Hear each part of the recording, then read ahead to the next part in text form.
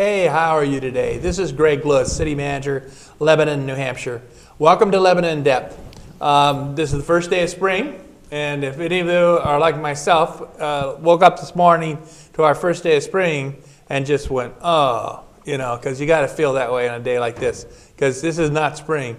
And I suppose all of us are digging snow out. I know we're all getting crabby. I've been talking to people during the course of the day about how people are feeling, and I feel for you. I think it's terrible that we're going through this experience, and maybe we forgot how winter was. Since I've been here, I brought the warm climate from Minnesota and upper New York to here because it's been a relatively warm winter, but not this one. This has been a real toughie.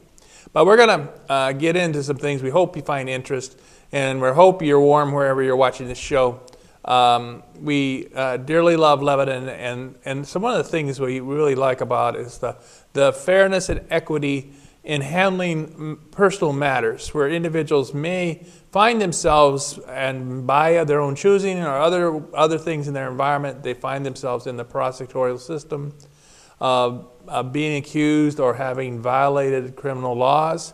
Society then has got to look into the aspects of accountability. But at the same time, society's got to look like we have to balance individual and community and what is pragmatic and practical, what is of value to our community.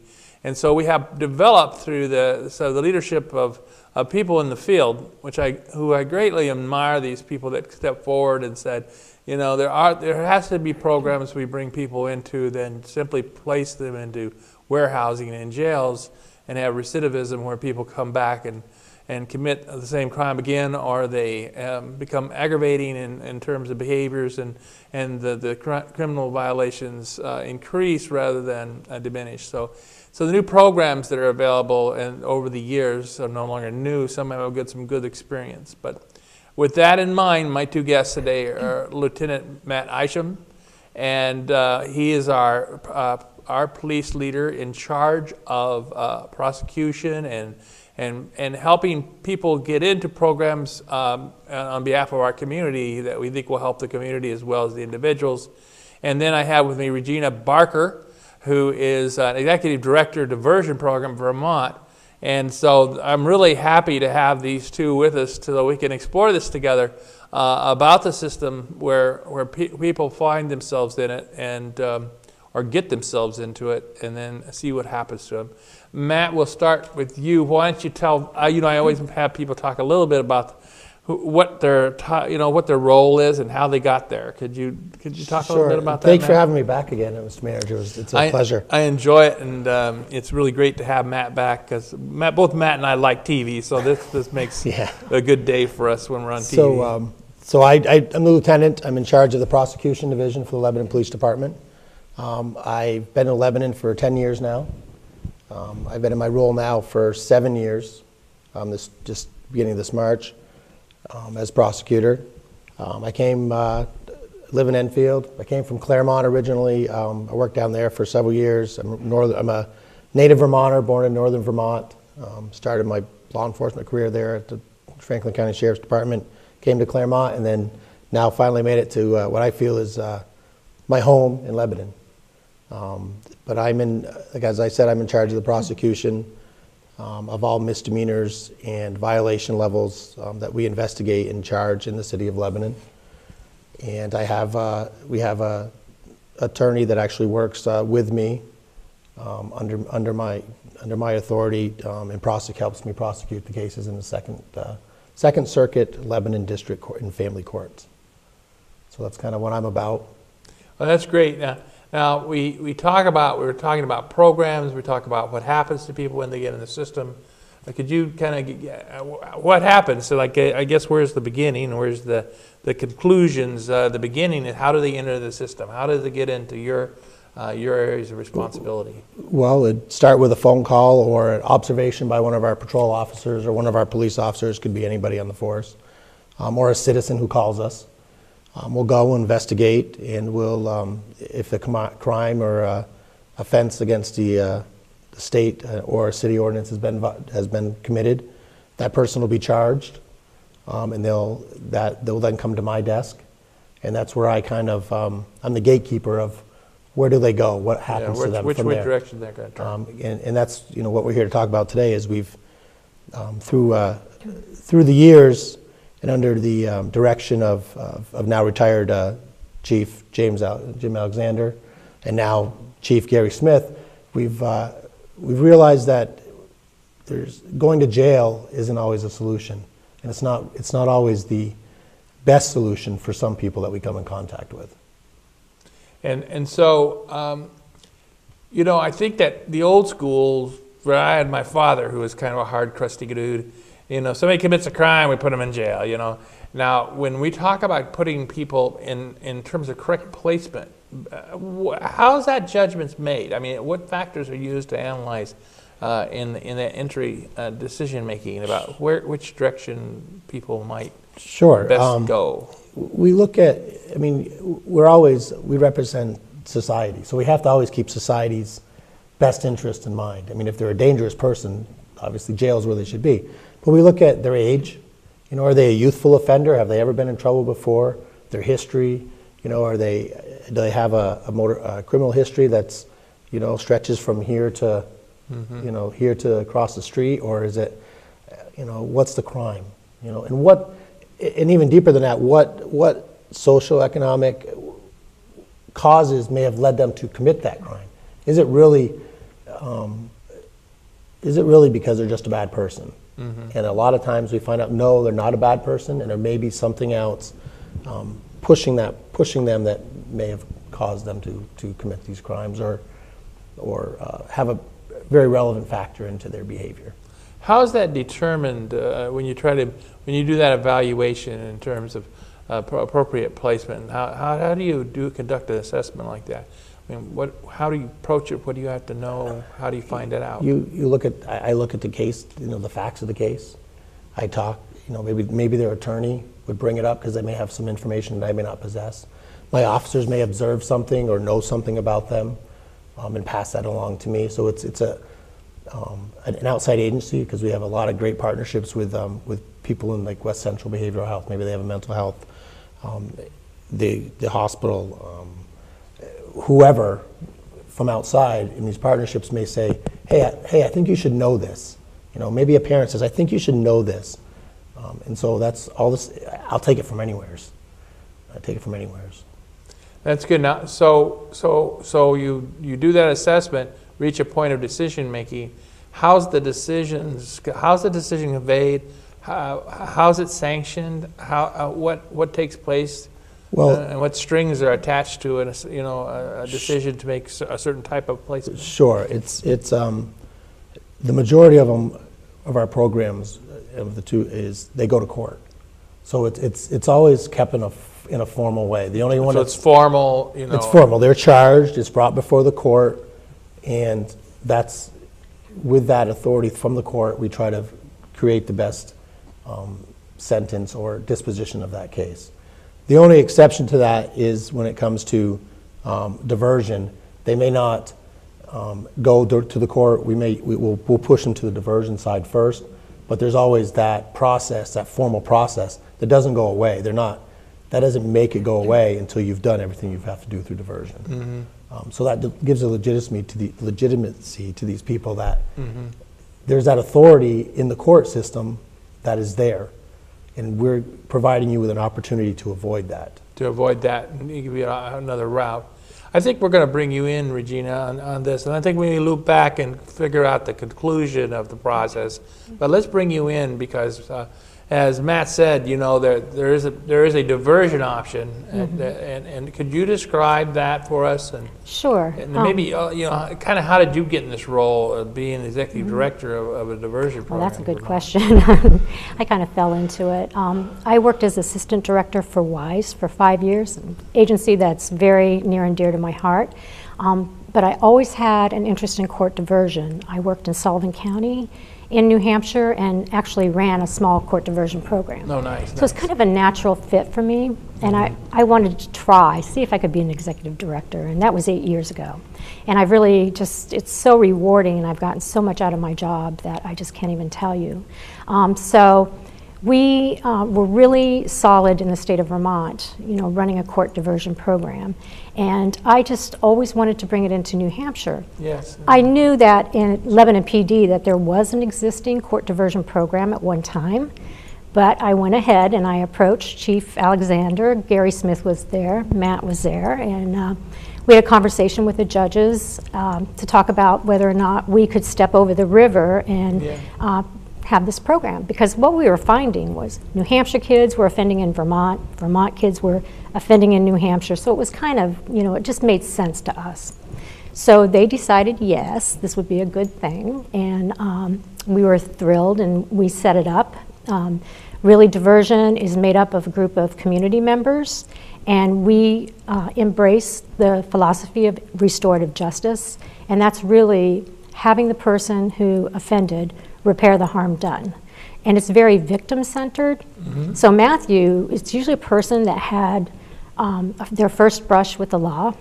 He will send us a case, and there's a lot of information, affidavit, and our New Hampshire coordinator, Lindsay Perica, very enthusiastic person, she takes a look at the case, and she does an intake with the child and parent.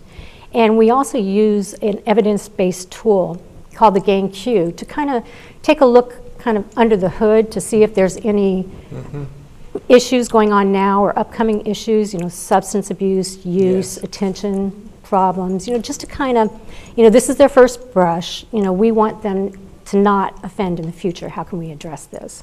So basically what they do is they come into a room and they sit down with community members and they talk about each other, and they talk about their strengths first, who they are as a person, to just kind of take the nervousness out of the situation.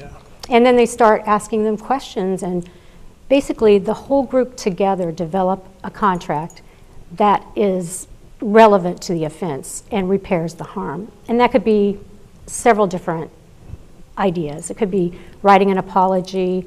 Oftentimes it includes making restitution to the victim. We get victim input because we want to know, how would they be satisfied at the end of the day. Right. Sometimes they come to the hearing. More often than not, they'll write something or just give us their input.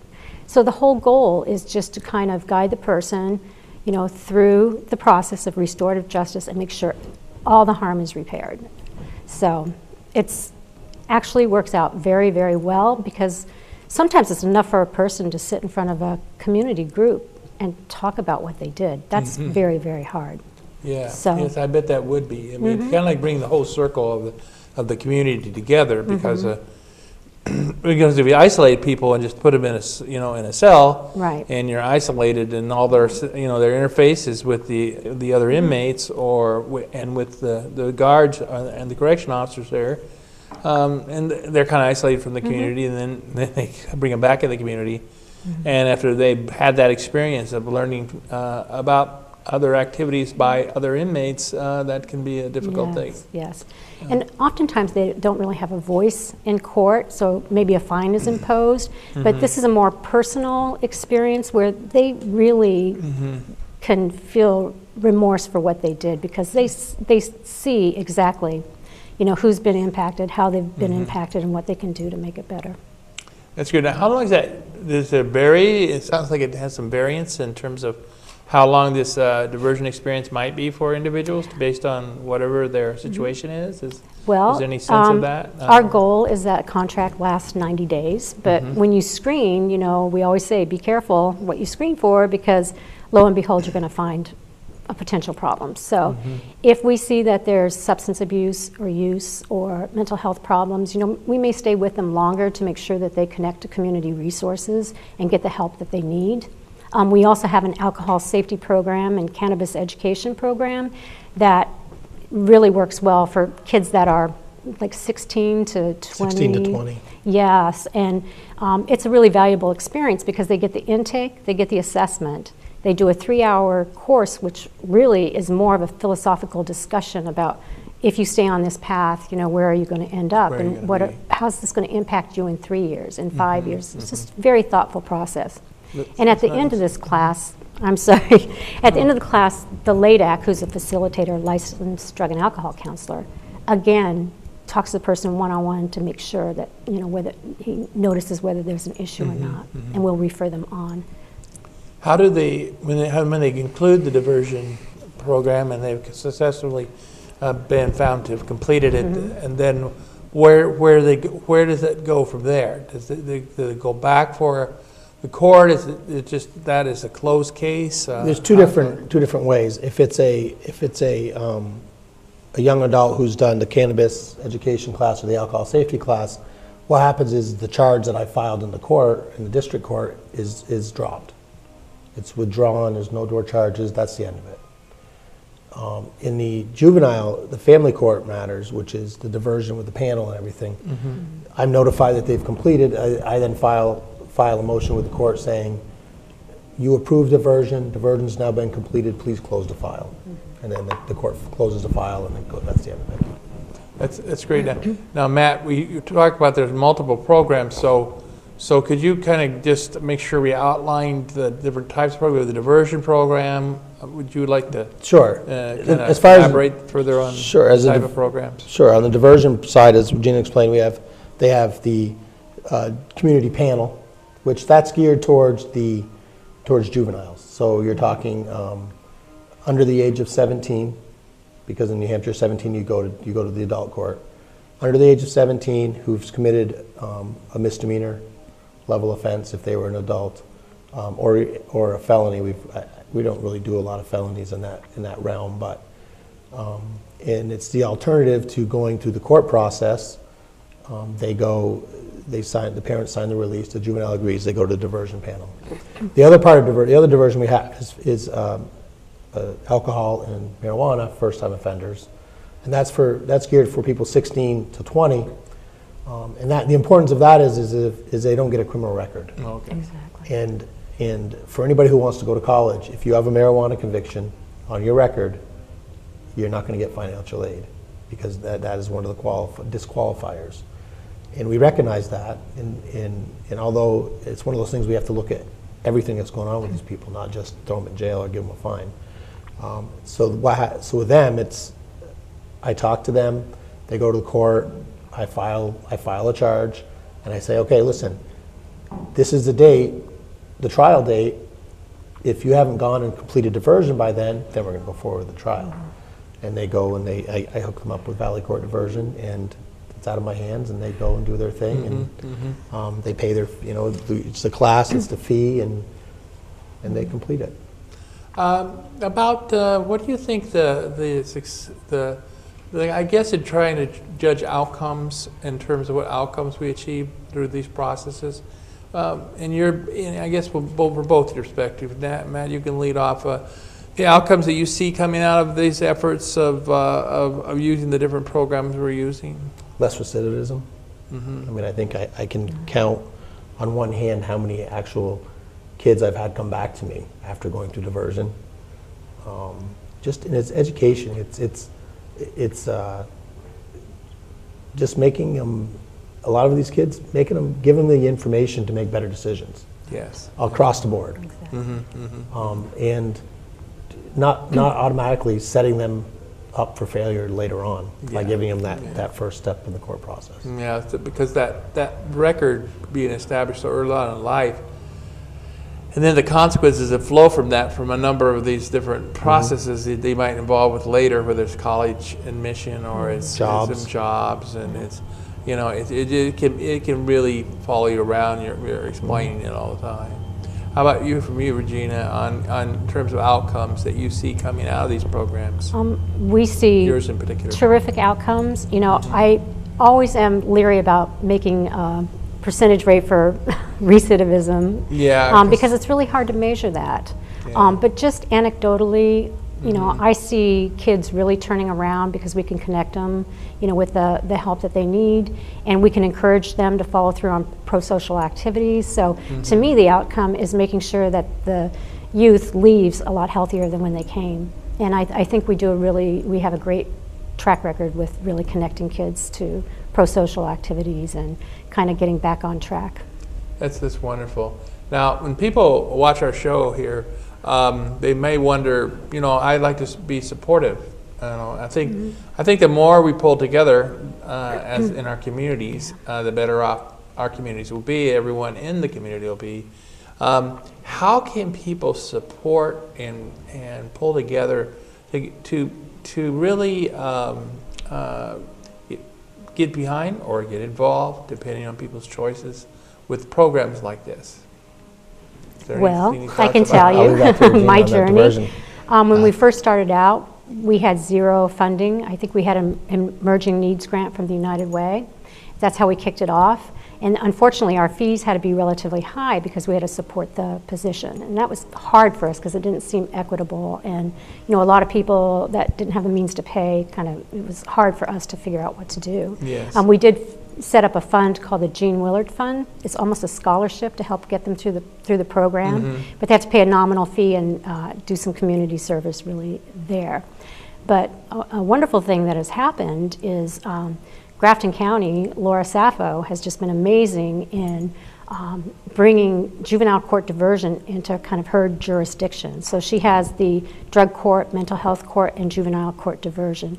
We were very fortunate last year that we received a grant. The executive committee voted unanimously to support court diversion. And I'm thrilled that the representatives had that confidence. But what I would really like to see in New Hampshire is that everybody has equal access to the program, and that maybe they would consider adults at some point in time. When you look at the map, North Country, there are no programs whatsoever, but all the way down, there are programs, and that's kind of worrisome to me. But as a result of getting the funding from Grafton County, we were able to lower our fees, and they're so much more manageable now. And I felt really good about that. That was good. They should be congratulated. The other I thought maybe Regina is the volunteering for their community panels. Yes. I mean, they have a training once a year, and it fills our training room at the police department with people that are just of all walks of life, of all ages. It's amazing every time I go. How do they get involved? I mean, how do you find out about community panel opportunities, and how do you, what it would take, and how do you get into it? If you had that bent that you thought you'd like to get involved? We do list it in the Valley News, the volunteer opportunity, but basically what happens is it's by word of mouth. I think overall for both states we have about 44 volunteers, and it can be anyone. It can be someone who had offended in the past. Sometimes they make the best, volunteer around the table. We have a lot of trainings because we take it really seriously. Like I said, we embrace the philosophy of restorative justice. So we talk a lot about motivational interviewing, how to ask open-ended questions so that you don't shut somebody down. But anyone could call up or go to our website, which is vcdp.org, to learn more about us and maybe send us an email. Well, what we'll do is we'll get that website, and the CATV people are so wonderful here, and we'll put that website up as one of those part of our show. We'll put it under the show so people can tap into the website for further information. We've got the last couple minutes here. Are there changes going on? Are there issues going on that as far as, to be informed citizens and to pull together to kind of advance our communities, we need to know if there's things going on that we should be aware of in terms of this field, both our diversion programs, our different types of programs, our approaches to prosecution. Is there any particular issues that are showing up right now in that field? There's a lot more things getting done towards mental health.